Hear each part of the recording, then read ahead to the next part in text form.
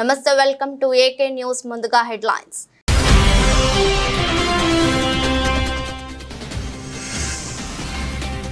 దానం నాగేందర్కు నగరానికి సంబంధించి ప్రతి సమస్య తెలుసన్న CM Revanth. Hyderabad brand image ను దెబ్బతీసే ప్రయత్నాలు చేస్తున్నారని విమర్శ.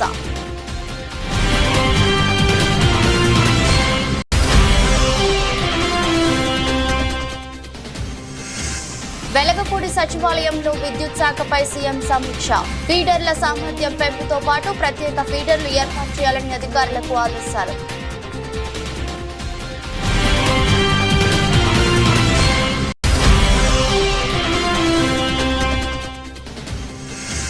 సీఎం రేవంత్ రెడ్డితో ఆనంద్ మహీంద్రా మర్యాద పూర్వక భేటీ. రాష్ట్రంలో మహీంద్రా గ్రూప్ పెట్టుబడులు, ఇతర అంశాలపై చర్చ.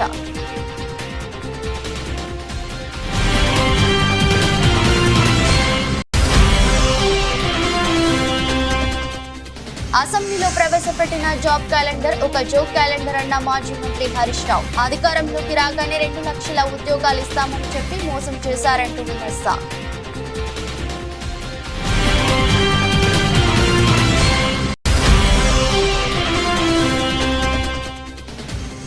టైగా ముగిసిన టీమిండియా శ్రీలంక తొలి వన్డే. 47.5 ఓవర్లలో 230 పరుగులకు ఆల్అౌట్ అయిన టీమిండియా.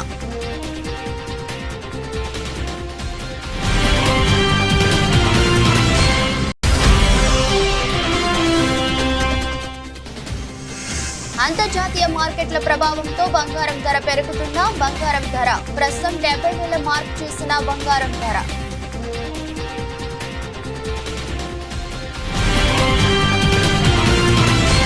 దానం నాగేందర్ కు హైదరాబాద్ లో ప్రతి గల్లీ తెలుసని, ఆయన 30 ఏళ్లుగా ప్రజా ప్రతినిధిగా ఉన్నారని తెలంగాణ ముఖ్యమంత్రి రేవంత్ రెడ్డి అన్నారు. ఆయన ఈ నగరం నుంచి మంత్రిగా పనిచేశారని, నగరంలో ప్రతి సందు తెలుసని వ్యక్తి, ప్రతి సమస్య గురించి తెలిసిన వ్యక్తి అన్నారు. జాతీయ స్థాయిలో ఈ నగరానికి ఏం కావాలో దానం నాగేందర్ కు తెలుసన్నారు. అలాంటి వ్యక్తికి మాట్లాడే అవకాశం ఇస్తే తప్పేమిటన్నారు. ఆయన మాట్లాడుతుంటే బీఆర్ఎస్ సభ్యులు ఆందోళన చేయటం ఏమిటన్నారు. ఆయన మాట్లాడుతుంటే పోడియం వద్దకు వెళ్లడం ఏమిటన్నారు. Hyderabad disaster response and asset protection agency వ్యవస్థకు సంబంధించి సభలో ముఖ్యమంత్రి మాట్లాడుతూ పాలకులు ఎవరున్నా అభివృద్ధిని ముందుకు తీసుకువెళ్లాలన్నారు. రాజకీయ విభేదాలు ఉన్న అభివృద్ధి విషయంలో రాజీ పడేది లేదన్నారు. 10 ఏళ్లు పాలించిన వారు 7 లక్షల కోట్లు అప్పులు చేసి వెళ్లిపోతే తాము 43,000 కోట్లు వడ్డీ కట్టామన్నారు. అయినా 10 నెలలు కాకముందే తమపై విమర్శలు చేస్తున్నారని మండిపడ్డారు. మాట్లాడి దాన్ని ఏదో నమ్మించాలనే ప్రయత్నం చేస్తున్నారు అధ్యక్ష. అందుకే ఇవాళ దానం నాగేందర్ గారు మాట్లాడినారు అధ్యక్ష. 30 ఏళ్ళ నుంచి వారు ప్రజాప్రతినిధి, నాకు తెలిసి మీకు కూడా తెలుసు. ఈ నగరంలో ప్రతి సందు తెలిసినోడు, నగరంలో ప్రతి సమస్య తెలిసినోడు, ఈ నగరం నుంచి మంత్రిగా పనిచేసినోడు, పార్టీ అధ్యక్షుడిగా పనిచేసినోడు, జాతీయ స్థాయిలో ఈ నగరానికి ఏం అవసరం ఉందో గుర్తించినోడు. మీరు అవకాశం ఇచ్చారు, ఆయన మాట్లాడితే తప్పేముంది అధ్యక్ష. ఈ సభలో ఏ సభ్యుడైనా తమరు అనుమతి ఇచ్చినప్పుడు తమ ప్రాంతానికి సంబంధించిన సమస్యల మీద మాట్లాడతారు అధ్యక్ష. ఆదిలాబాద్ అడవుల గురించి, ఆదివాసీ బిడ్డల గురించి, అక్కడుండే ఐటీడీఏ గురించి ఒకవేళ మాట్లాడాల్సి వస్తే పాల్వాయి హరీష్కు మీరు ఇస్తారు అవకాశం. ఎందుకంటే ఆ ప్రాంతంలో నిత్యం ఉండేవాడు, అక్కడుండే పోడు భూముల కోసం కొట్లాడేటోడు, పోడు భూముల కోసం, ఆదివాసుల కోసం జైలుకు పోయినోడు. కాబట్టి ఆయనకు ఆ సమస్యల పట్ల అవకాశం ఉందని మీరు ఇచ్చుండవచ్చు కొన్నిసార్లు. అది మీ విచక్షణ అధికారం. మీ అధికారాన్ని ప్రశ్నించే అధికారం ఎవరికి లేదు అధ్యక్ష. వాళ్ళకి కావాలంటే ఎవరు మాట్లాడతారో మాట్లాడడానికి మైక్ తీసుకోమనేది ఉండే. ఆయనకి ఇవ్వద్దనే అధికారం ఒక సహచర సభ్యుడికి 30 ఏళ్ళ నుంచి ప్రజా జీవితంలో ఉండి ఈ హైదరాబాద్లో ఆసిఫ్ నగర్ నుంచి మొదలు పెడితే ఖైరతాబాద్ వరకు ఎన్నో పర్యాయాలు ఎమ్మెల్యేగా మంత్రిగా ఎన్నికైన ఆయనను వద్దనే అధికారం వాళ్ళకి ఎక్కడ ఉంది అధ్యక్ష. కనీస అవగాహన, విచక్షణ అన్నీ కోల్పోయి ఎవ్వరు మాట్లాడద్దు, మాట్లాడినంతసేపు మైక్ మా దగ్గర ఉండాలి, లేకపోతే మేము పోడియంలోకి వచ్చి అల్లరి చేస్తాం. ఏం పద్ధతి అధ్యక్ష? మేము కూడా ఓపికగా చూస్తున్నాం అధ్యక్ష. నాకు కూడా తెలుసా అధ్యక్ష ఈ సభలో ఏం జరిగిందో. కోమటిరెడ్డి వెంకటరెడ్డి గారు, సంపత్ కుమార్ గారు సభ్యత్వాలు ఎట్లా రద్దు అయిపోయినా మీరు చూసిరు కదా అధ్యక్ష. ఆ పని చేయలేమా? మీరు తమరు చేయరా? ఏముంది అల్లరి చేస్తే? ఒక 1/2 డజన్ మందిని రద్దు చేసినాం అనుకో అధ్యక్ష, బుద్ధి వస్తుంది. ఇంకోడు ఎవడాడికి రావాలంటే వెనక ముందు ఆలోచన చేస్తాడు అధ్యక్ష. రాష్ట్ర రైతాంగానికి పగటి పూటే 9 గంటల పాటు నాణ్యమైన విద్యుత్ అందించేందుకు చర్యలు తీసుకోవాలని ముఖ్యమంత్రి నారా చంద్రబాబు నాయుడు ఇంధన శాఖ అధికారులను ఆదేశించారు. అందుకు అనుగుణంగా ఆయా ఫీడర్ల సామర్థ్యాన్ని మెరుగుపరచడంతో పాటు ప్రత్యేక ఫీడర్లను ఏర్పాటు చేయాలని సూచించారు. డిమాండ్ కు తగ్గ విద్యుత్ ఉత్పత్తి, సరఫరా, తక్కువ ఖర్చుతో విద్యుత్ ఉత్పత్తి వంటి పరిస్థితులను మరింత మెరుగుపరిచేందుకు అవసరమైన చర్యలు తీసుకోవాలని ఆదేశించారు. వెలగపూడి సచివాలయంలో సీఎం విద్యుత్ శాఖపై సమీక్షించారు. అసెంబ్లీలో ప్రవేశపెట్టిన జాబ్ క్యాలెండర్ ఒక జోక్ క్యాలెండర్, ట్రాష్, బక్వాస్ అని మాజీ మంత్రి సిద్దిపేట ఎమ్మెల్యే తన్నీరు హరీష్ రావు అన్నారు. ఈ విషయమై ఆయన మాట్లాడుతూ అధికారంలోకి రాగానే 2 లక్షల ఉద్యోగాలు ఇస్తామని చెప్పి నిరుద్యోగులను వాడుకొని ఇప్పుడు మోసం చేశారని విమర్శించారు. బట్టి విక్రమార్క జాబ్ క్యాలెండర్ గురించి ప్రసంగించి దానిపై చర్చ పెట్టండి అంటే ఏం మాట్లాడకుండా అసెంబ్లీ నుంచి పారిపోయారని హరీష్ రావు పేర్కొన్నారు. ముఖ్యంగా ఈరోజు రాష్ట్ర ప్రభుత్వం ప్రకటించినటువంటి జాబ్ క్యాలెండర్ ఒక జోక్ క్యాలెండర్గా మారిందని చెప్పొచ్చు. ఇట్స్ ఏ ట్రాష్, బక్వాస్. అంటే ఇలా రాష్ట్ర నిరుద్యోగ యువతను కాంగ్రెస్ పార్టీ దగా చేసింది, మోసపుచ్చింది. వాళ్ళు చెప్పింది ఏంటంటే ఆ రోజు మొదటి సంవత్సరమే మేము 2 లక్షల ఉద్యోగాలు ఇస్తాము అని చెప్పి అన్ని పత్రికల్లో ఫుల్ పేజ్ అడ్వర్టైజ్మెంట్లు ఇచ్చారు.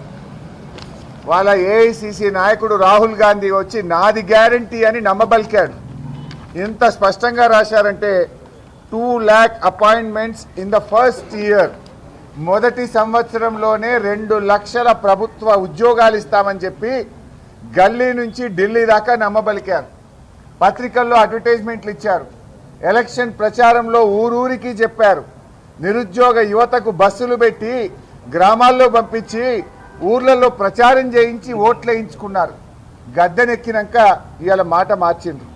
ఓడ దాటిదాకా ఓడ మల్లప్ప, ఓడ దాటినాక బోడ మల్లప్ప కథ ఉన్నది ఇవాళ రేవంత్ రెడ్డి కథ. ఇవాళ కాంగ్రెస్ పార్టీని రేవంత్ రెడ్డి గారు గత కొద్ది రోజులుగా నిరుద్యోగ యువత స్పష్టంగా అడుగుతూ వచ్చింది జాబ్ క్యాలెండర్ ఎప్పుడు అని. మొదటి క్యాబినెట్లోనే పెడతాం, జాబ్ క్యాలెండర్ ఇస్తాము అన్నారు. 8 నెలల తర్వాత ఊరిచ్చి 8 నెలల తర్వాత ఇవాళ జాబ్ క్యాలెండర్ ఇస్తే వీళ్ళు ఏమన్నా ఉన్నదా? ఏవి 2 లక్షల ఉద్యోగాలు? మీరు సంవత్సరంలోగా 2 లక్షల ఉద్యోగాలు అన్నారు. 8 నెలలు పోయింది, ఇక ఉన్నది 4 నెలలు. ఈ 4 నెలల్లో 2 లక్షల ఉద్యోగాలు ఎట్లా నింపుతారా అని ఎంతో ఆశతో నిరుద్యోగ యువత ఎదురు చూసింది. ఇందులో ఎంత జోక్ అంటే గవర్నమెంట్ అసెంబ్లీలో ఏదైనా స్టేట్మెంట్ ఇస్తే ఆ స్టేట్మెంట్ ఎవరు ఇచ్చారు? ముఖ్యమంత్రి గారు ఇచ్చారా? సంబంధిత మంత్రి ఇచ్చాడా? వాళ్ళ పేరు ఉంటుంది కింద. గవర్నమెంట్ స్టేట్మెంట్ అనేది అసెంబ్లీలో ఎప్పుడైనా పెట్టినప్పుడు ఆ స్టేట్మెంట్ ఎవరు చేస్తున్నారు? ప్రభుత్వం తరఫున ముఖ్యమంత్రి, మంత్రి గారా, ఎవరు చేస్తారనేది కింద పేరు, సంతకం ఉంటుంది. కానీ ఇదేంటంటే చిత్తు కాగితం లాగా ఒక తెల్ల పేపర్ మీద స్టేట్మెంట్ లాంటిది పెట్టి చర్చ లేకుండా ఫటాఫట్ ఉప ముఖ్యమంత్రి గారు చదివిండు. అరే మాకు మైక్ ఇవ్వండి అంటే సభలో నుంచి ఉప ముఖ్యమంత్రి గారు బయటకు వెళ్ళిపోయింది. ఉద్యోగస్తులు, పెన్షనర్లకి మేలు చేస్తానని ఎన్నికల సమయంలో హామీలు ఇచ్చిన చంద్రబాబు మధ్యంతర భృతిని కూడా వెంటనే ఇస్తామని చెప్పారని ఏపీ ఎన్జీఓ అసోసియేషన్ మాజీ రాష్ట్ర అధ్యక్షులు నలమారు చంద్రశేఖర్ రెడ్డి అన్నారు. ఈ విషయమై ఆయన మీడియాతో మాట్లాడుతూ ఎన్నికల సమయంలో హామీలు ఇచ్చిన చంద్రబాబు అధికారంలోకి వచ్చి దాదాపు 1.5 నెలలు గడుస్తున్నా ఆ ఊసే ఎత్తడం లేదని విమర్శించారు. మేము వస్తే మధ్యంతర భృతిని ఇమీడియట్గా ఇస్తాము అని చెప్పేసి ఈనాటి ముఖ్యమంత్రి గారు మరి మేనిఫెస్టోలో చెప్పడం జరిగింది. మరి దాదాపు ప్రభుత్వం ఏర్పడి కూడా 2 నెలలు కావస్తూ ఉంది. మరి ఉద్యోగస్తులు ఎదురు చూస్తూ ఉన్నారు. ఎందుకంటే ఇంతకుముందు మరి ప్రభుత్వం, జగన్మోహన్ రెడ్డి గారి ప్రభుత్వం కూడా అప్పుడు మేము వస్తే వచ్చిన వెంటనే ఐఆర్ ఇస్తామన్నారు. తదనుగుణంగానే జగన్మోహన్ రెడ్డి గారు వచ్చిన తర్వాత 27% మధ్యంతర భృతిని ఉద్యోగస్తులకి, పెన్షనర్స్కి మరి ఇవ్వడం జరిగింది. అలాగే ఈసారి కూడా ఈ ముఖ్యమంత్రి గారు కూడా మేము గెలిచిన తర్వాత ఇమ్మీడియట్గా మరి మధ్యంతర భృతి ఇస్తాము అని చెప్పేసి అనౌన్స్ చేసిన ధర్మిలా మరి ఉద్యోగస్తులు ఎదురు చూస్తున్నారు. ఎందుకంటే మామూలుగా వృద్ధులకి ఇచ్చేటువంటి ఏదైతే పెన్షన్ ఉందో అది 4,000కు పెంచడం, పెంచిన తర్వాత ఇమీడియట్గా ఇస్తామని చెప్పేసి అరియర్స్తో దాన్ని ఏప్రిల్ నుంచి కూడా ఇచ్చినటువంటి సంఘటన కూడా చూసాం. అయితే అదేవిధంగా మా పెన్షనర్స్, ఉద్యోగస్తుల్లో ఉండేటువంటి పెన్షనర్స్ కూడా ఎదురు చూస్తూ ఉన్నారు. ఎందుకంటే నేను ఎన్జిఓ సంఘానికి రాష్ట్ర అధ్యక్షుడిగా పనిచేశాను. అదేవిధంగా మరి ప్రభుత్వ సలహాదారులు ఉద్యోగ సంక్షేమంగా పనిచేశాను. ఈనాడు మరి అఖిల భారత రాష్ట్ర ప్రభుత్వ పెన్షనర్ల అసోసియేషన్ కూడా వైస్ ప్రెసిడెంట్గా కొనసాగుతూ ఉన్నా.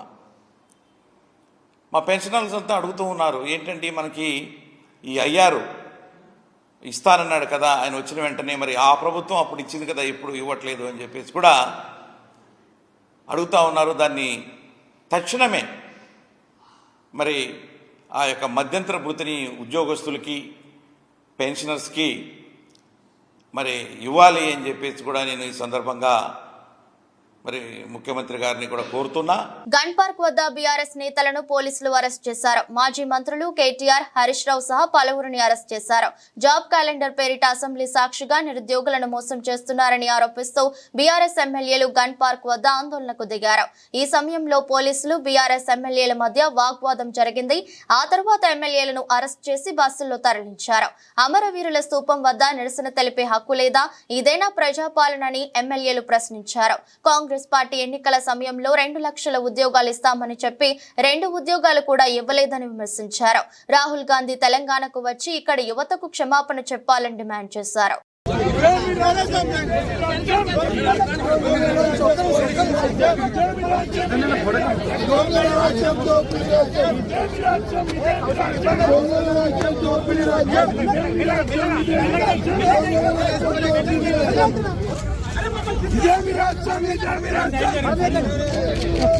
Job calendar bogus bogus bogus job calendar bogus job calendar bogus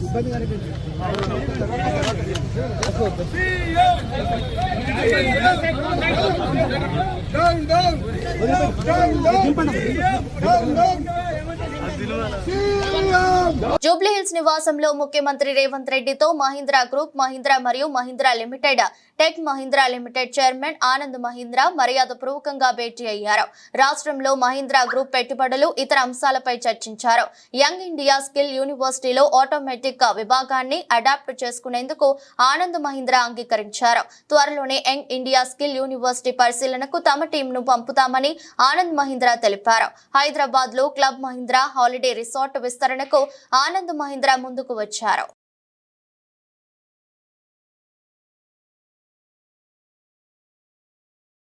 ప్రభుత్వ బాలుర వసతి గృహాన్ని కొమరోలు తహసీల్దార్ మల్లికార్జున నాయుడు ఆకస్మిక తనిఖీ చేసి వార్డెన్ కు పలు సూచనలు చేశారు.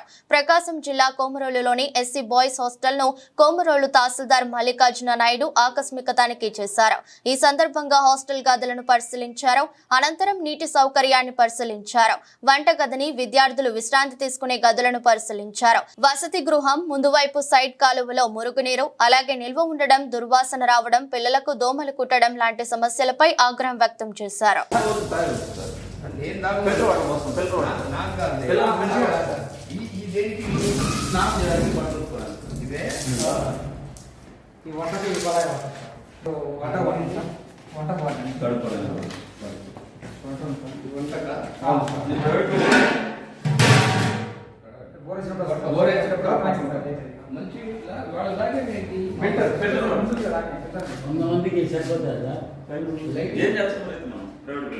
వరంగల్ జిల్లా నర్సంపేట నియోజకవర్గంలో పాకాల రోడ్లో నిర్మించిన మెడికల్ కళాశాలను మాజీ ఎమ్మెల్యే పెద్ది సుదర్శన్ రెడ్డి సందర్శించారు.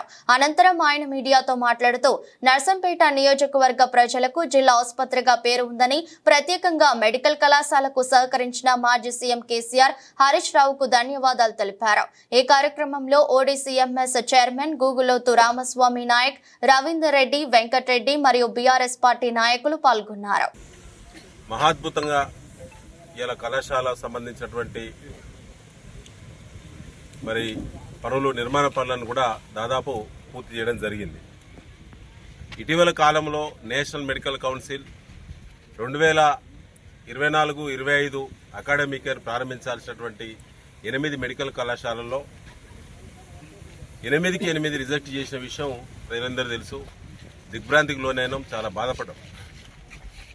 హనుమంతులు రావా, ప్రొఫెసర్లు, అసోసియేట్ ప్రొఫెసర్లు, మినిస్టరియల్ స్టాఫ్, సపోర్టింగ్ స్టాఫ్, నర్సులు అపాయింట్మెంట్ చేయలేదు.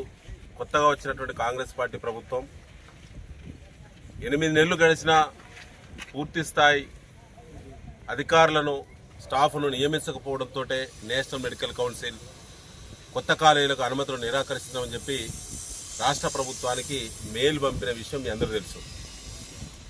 ఆ తర్వాత పాత సంబంధాలతో జిల్లా కలెక్టర్ గారితో పాటు, ఆనాడున్న కలెక్టర్ గారితో పాటు మిగతా వైద్య శాఖ ఉన్నతాధికారుల దృష్టి కూడా తీసుకెళ్లి మేము రిప్రజెంటేషన్ కూడా చేయడం జరిగింది. ఇటీవల కాలంలో కాంగ్రెస్ పార్టీ ప్రభుత్వం స్పందించి నేషనల్ మెడికల్ కౌన్సిల్కి మళ్ళీ తిరిగి అప్పీల్ చేశారు. ఏ కాలేజీలో ఏ లొసుగులు అయితే ఉన్నాయో నేషనల్ మెడికల్ కౌన్సిల్ పారామీటర్స్ సమీక్షించినప్పుడు ఏ లోటు ద్వారా ఈ 8 కాలేజీలు రిజెక్ట్ చేయబడిందో దానికి సంబంధించినటువంటి కమిట్మెంట్ తెలంగాణ ఇప్పటి ప్రభుత్వం కూడా కమిట్మెంట్ ఇచ్చింది నేషనల్ మెడికల్ కౌన్సిల్. సో ఇవ్వడం ద్వారా నేషనల్ మెడికల్ కౌన్సిల్ ఇటీవల కాలంలో ప్రత్యేకంగా వర్చువల్గా మరి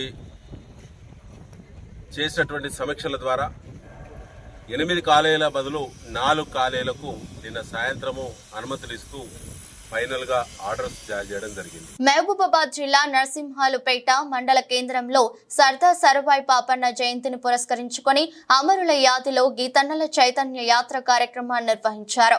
అనంతరం గ్రామంలో బైక్ ర్యాలీ నిర్వహించి కల్లుగీత కార్మికుల సంఘం జెండాను ఆవిష్కరించారు. గౌడ్ సంఘం ఆధ్వర్యంలో ఏర్పాటు చేసిన కార్యక్రమానికి ముఖ్య అతిథిగా కల్లుగీత కార్మిక సంఘం రాష్ట్ర ప్రధాన కార్యదర్శి బెల్లం కొండ వెంకటేశ్వర్లు పాల్గొన్నారు. అనంతరం మాట్లాడుతూ గీత కార్మికుల సమస్యల పరిష్కారం కోసం అమరుల పోరాటాలను స్ఫూర్తిగా తీసుకుని ఉద్యమాలు చేయాలని పిలుపునిచ్చారు. ప్రతి సొసైటీకి తాటి చెట్ల పెంపకానికి 5 ఎకరాల ప్రభుత్వ భూమి ఇచ్చి తాటి, ఈత, ఖర్జూర, కళ్ళునిచ్చే పొట్టి చెట్లు నాటాలని, వృత్తిలో ప్రమాద నివారణ చర్యలు చేపట్టి సేఫ్టీ మోకులు వృత్తి చేసే వారందరికీ వెంటనే ఉచితంగా ఇవ్వాలని, వృత్తికి ఉపయోగించే ద్విచక్ర వాహనాలు ఇవ్వాలని డిమాండ్ చేశారు. ప్రభుత్వం చిత్తశుద్ధితో గీత కార్మికుల సమస్యలను పరిష్కరించాలని డిమాండ్ చేశారు. ఇంతవరకు అది అమలు జరపట్లే. 4,000 రూపాయల వృద్ధాప్య పెన్షన్ ఇస్తా ఉన్నారు, ఇంతవరకు అమలు జరపట్లే. కొత్త వృద్ధాప్య పెన్షన్ ఇవ్వట్లే. కానీ మనకి ఎలాంటి షరతులు లేకుండా వృద్ధాప్య పెన్షన్ ఇవ్వాలి. ఆయనకు కొడుక్కి ప్రభుత్వ ఉద్యోగం ఉన్నది కాబట్టి తండ్రికి పెన్షన్ ఇవ్వట్లేదు అంటారు. ఎందుకు? ఆయన కళ్ళు గీస్తుంటే తండ్రి, కొడుకు ఉద్యోగం ఉంటే పన్ను కట్టించుకోలేదా? పన్ను కట్టించుకున్నారు, పన్ను మాఫీ చేయలే. కానీ ఇవాళ పింఛన్ ఇచ్చే కాడికి వచ్చేసరికి కొడుకు ఉద్యోగం ఉన్నది, తండ్రికి లేదండి. ఆ తండ్రికి 3 పిల్లలు సమకూర్చుకొని అనేక కోటల్ని, భువనగిరి కోట నుంచి, వరంగల్ కోట నుంచి భువనగిరి కోట, ఉస్మాన్ కోట, అదేవిధంగా కిలాషపురం కోట, ఎన్ని కోటలను జయించుకుంటూ మొఘల్ చక్రవర్తుల్ని, నవాబుల్ని, నైజాముల్ని మొత్తం కూడా ఓడించుకుంటూ హైదరాబాద్ నడిబొడ్డునున్న గోల్కొండ కోటని ఒక బీసీ, ఒక కల్లుగీత కార్మికుడు కళ్ళు గీసి గొడ్లను కాసి ఇవాళ రాజ్యాధికారం చేపట్టిందంటే అది ఎవరి తరం? ఇవాళ ధైర్యంగా ప్రాణాన్ని గుప్పిట్లో పెట్టుకొని అతి ప్రమాదకరమైన వృత్తి చేసుకుంటూ ఇవాళ మనం బతుక్కుంటూ సమాజాన్ని బతికించుకుంటూ ప్రభుత్వాన్ని కూడా ఇప్పటిదాకా బతికించినాం. సమాజం అంటే ఏంటి? ఇవాళ గ్రామీణ వైద్యులు లేరు. ఎంతముందు గతంలో గ్రామీణ వైద్యులు ఎవరు? కల్లుగీత కార్మికుడు గౌడే. ఎందుకు? అవాళ విరోచనాలైన షుగర్. రోడ్డు ప్రమాదాల నివారణ, దొంగతనాలు అరికట్టడం కోసం ప్రత్యేక చర్యలు తీసుకుంటున్నామని మెదక్ జిల్లా ఎస్పీ ఉదయ్ కుమార్ రెడ్డి తెలిపారు. వెల్దుర్తి మండల కేంద్రంలోని పోలీస్ స్టేషన్ ను ఆయన ఆకస్మికంగా సందర్శించారు. స్టేషన్ లో నమోదు అవుతున్న కేసుల వివరాలను అడిగి తెలుసుకున్నారు. పలు రికార్డులను పరిశీలించారు. స్టేషన్ కు వచ్చే వారి పట్ల మర్యాదగా వ్యవహరించాలని, వారికి న్యాయం జరిగే విధంగా చర్యలు తీసుకోవాలని సిబ్బందికి సూచించారు. చోరీల నివారణ కోసం ప్రత్యేక గస్తీ బృందం ఏర్పాటు చేస్తున్నామని తెలిపారు. తర్వాత చాలామంది కూడా ఏంటంటే ఈవినింగ్ టైంలో అంటే ఈ యాక్సిడెంట్స్ అన్ని కూడా అనలైజ్ చేస్తే డ్రంక్ అండ్ డ్రైవింగ్ తోటి కొద్దిగా అవుతున్నాయి ఎక్కువ మంది. దాని మీద కూడా మేము స్పెషల్గా కేర్ తీసుకుంటాం ఇప్పటి నుంచి. తర్వాత దొంగతనాలు అరికట్టడానికి కూడా నైట్ బీటు ఎక్కువ తిరుగుతున్నాం. మొత్తం బీసీలు కానీ పెట్రోల్ గారు కూడా మొత్తం రీఆర్గనైజ్ చేసి ఒకటి క్యూఆర్టీ కూడా పెట్టి సర్ప్రైజ్ వెహికల్ చెకింగ్ ఎప్పుడు ఒక 30 మంది జిల్లాలో అన్ని ప్లేసెస్లో ఏదో ఒక చెకింగ్ పెట్టే విధంగా స్టార్ట్ చేశాం. లక్షలు మనోళ్ళంతా డైవర్షన్ అంతా అటు ఇటు ఉంది. కుప్పం మున్సిపాలిటీని పరిశుభ్రమైన మున్సిపాలిటీగా తీర్చిదిద్దడానికి కమిషనర్ శ్రీనివాసరావు నడుం బిగించారు. ఈ సందర్భంగా ఆయన మాట్లాడుతూ పలు వార్డులలో మహిళా సంఘాలకు అవగాహన కార్యక్రమాలు నిర్వహించారు.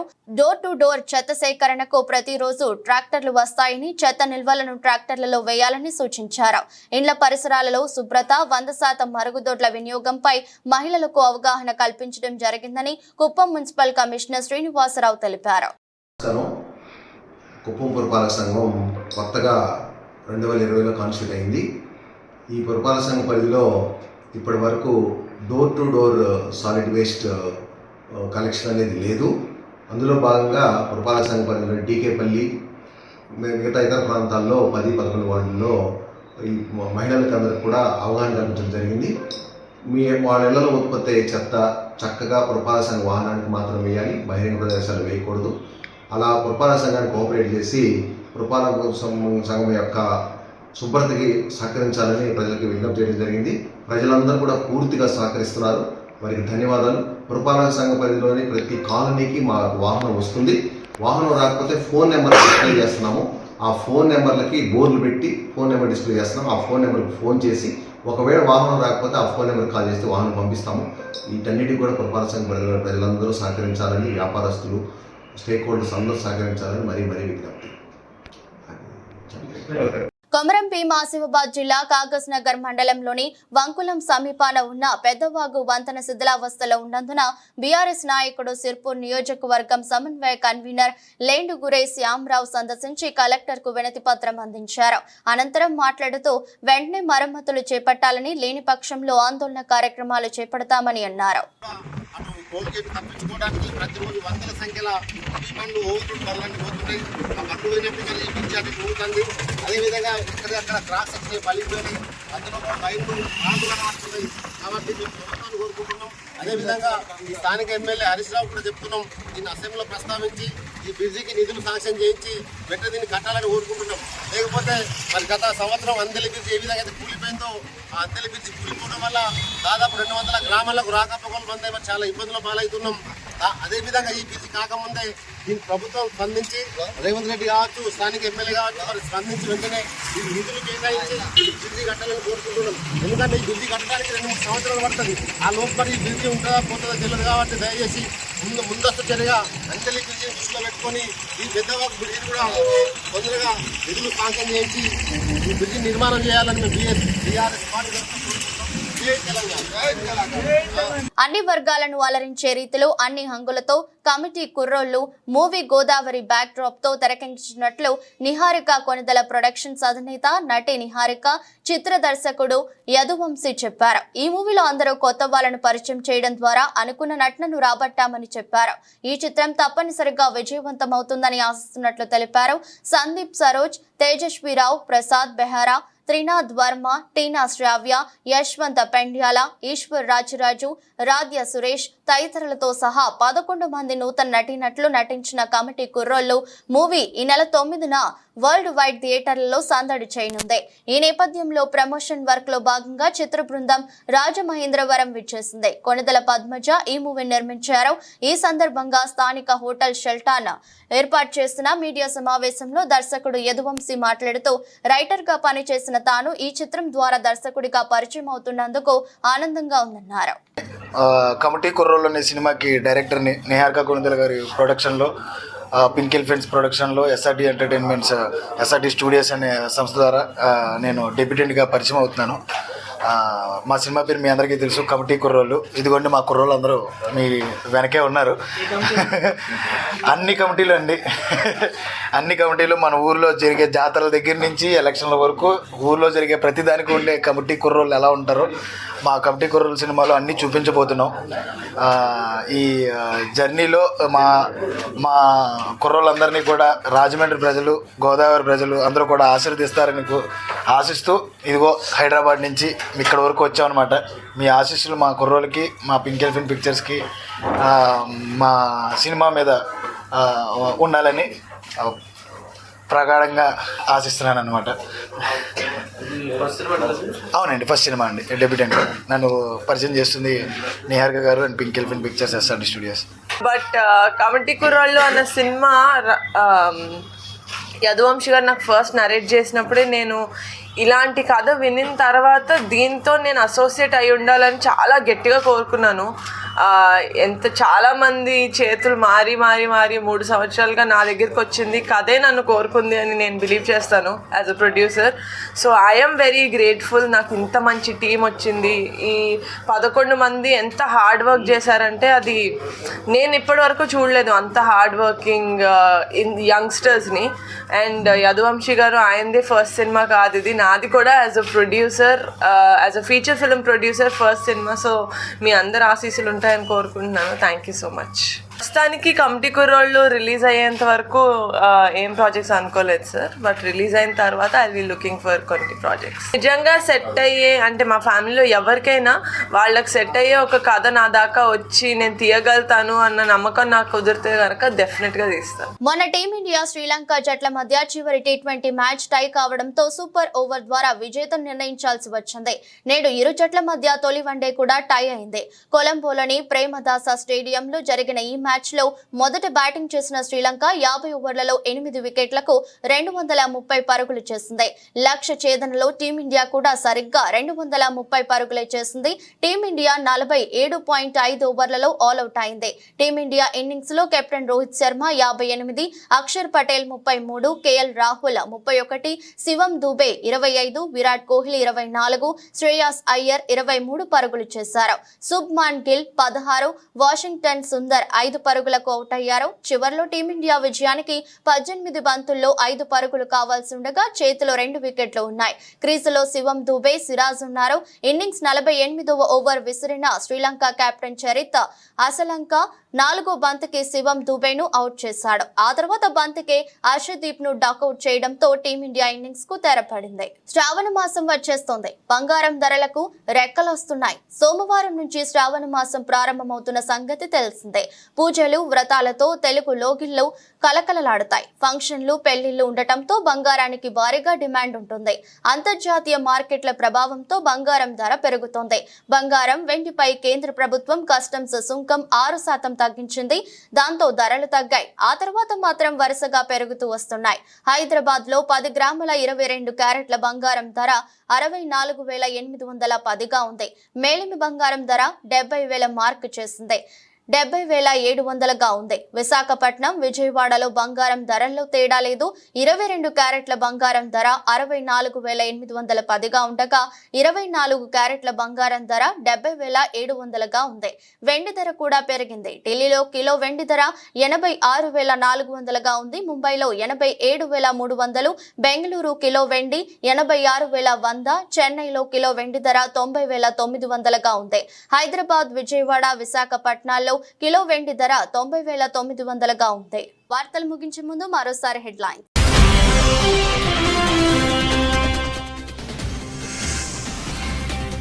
దానం నాగేందర్కు నగరానికి సంబంధించి ప్రతి సమస్య తెలుసన్న CM Revanth. Hyderabad brand image ను దెబ్బతీసే ప్రయత్నాలు చేస్తున్నారని విమర్శ.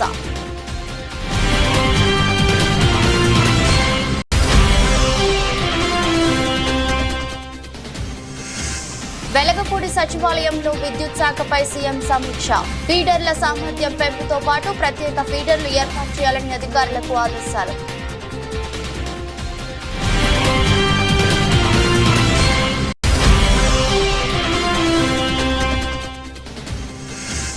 సీఎం రేవంత్ రెడ్డితో ఆనంద్ మహీంద్రా మర్యాద పూర్వక భేటీ. రాష్ట్రంలో మహీంద్రా గ్రూప్ పెట్టుబడులు, ఇతర అంశాలపై చర్చ.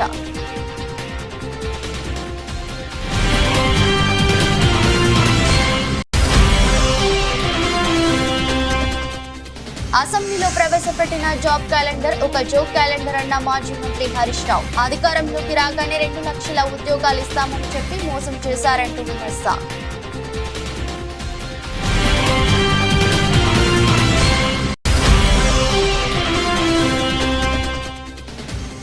టైగా ముగిసిన టీమిండియా శ్రీలంక తొలి వన్డే 47.5 ఓవర్లలో 230 పరుగులకు ఆల్అౌట్ అయిన టీమిండియా.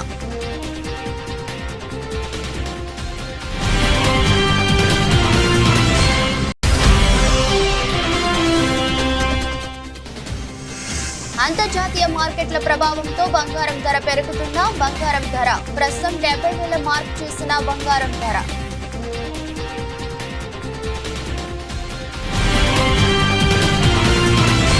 ఇదరస్ట్ బులెటిన్ మరో బులెటిన్లో మళ్ళీ కలుద్దాం.